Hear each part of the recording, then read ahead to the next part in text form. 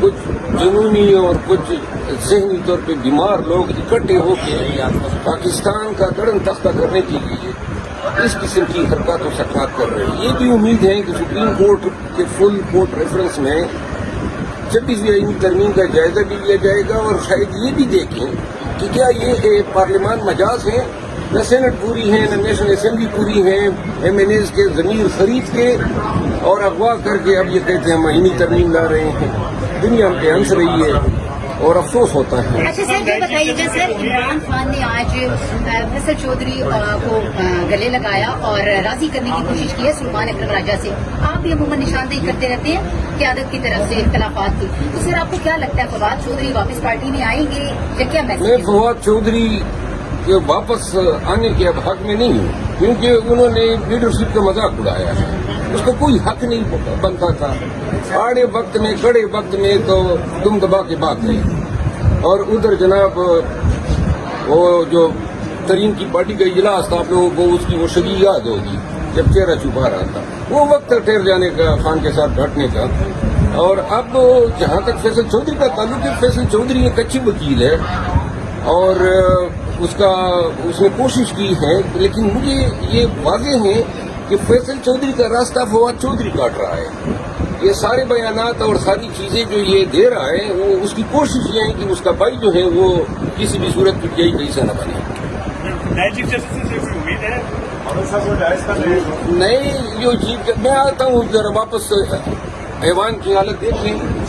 نئے chief justice صاحب جو ہیں یہ جب سے وکیل تھے اس وقت سے میں جانتا ہوں ان کو، اور پھر ہائی کورٹ کے جج بنے، پھر چیف جسٹس بنے.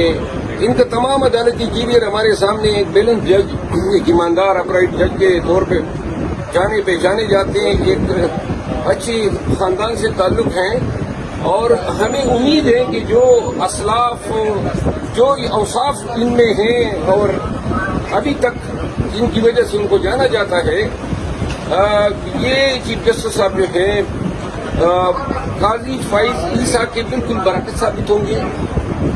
ان کے پیشروں نے جو عدلیہ کا اشر کیا، اور آج آپ کے سامنے یہ کہتے ہوئے شاید کسی اور پہ ہوتا، لیکن یہ فائز عیسیٰ کا جو اشر پاکستانی کر رہے ہیں نا، تو میں کہتا ہوں اور بھی ٹھونگ بجا کے کریں تاکہ لوگ یہ یاد رکھیں کہ جب عہدوں سے اتریں گے اور نیچے پاکستانیوں کے سامنے جائیں گے تو ان کا یہی اثر ہوگا. سر عمران خان کو لنگر کا کھانا دیا جا رہا ہے، ان کا جو اپنا ہاؤس والا عمران خان کے ساتھ جیل میں 3 اکتوبر کے بعد بڑی زیادتیاں ہوئی ہیں اور بلا وجہ جو ہیں وہ ملاقاتیں بند کی گئی.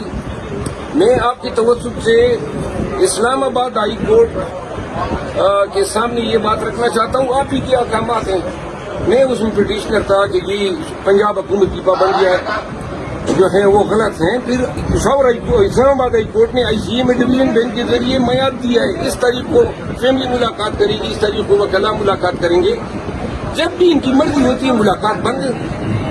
یہ تو وہاں ہوتا ہے جہاں ڈکٹیٹرشپ ہو، جہاں کوئی قانون کی حکمرانی نہ ہو. لہذا اسلام آباد ہائی کورٹ میں ادھر ریٹ پٹیشن دائر ہوئی، وہ معاملہ اتنا طوالت اختیار کر گیا. اب جو خان کے ساتھ ہو رہا ہے جیل میں جو ظلم ہوا ہے، آج علی خانم نے اس پہ زبان کھولی ہے. ابھی میں ساتھیوں کے ساتھ بیٹھ کے جانکاری کروں گا، لیکن